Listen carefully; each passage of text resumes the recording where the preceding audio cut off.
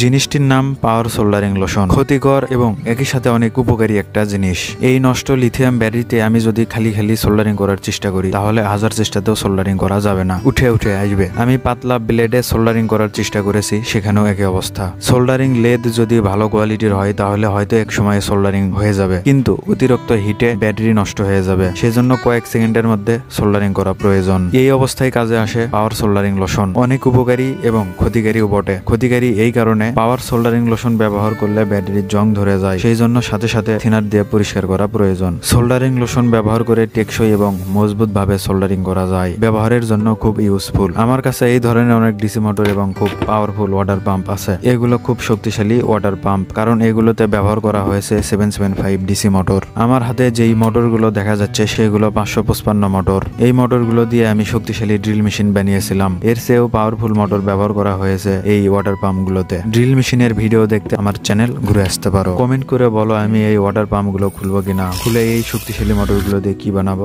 Comment করে বলো। কিন্তু তার আগে ফলো, সাবস্ক্রাইব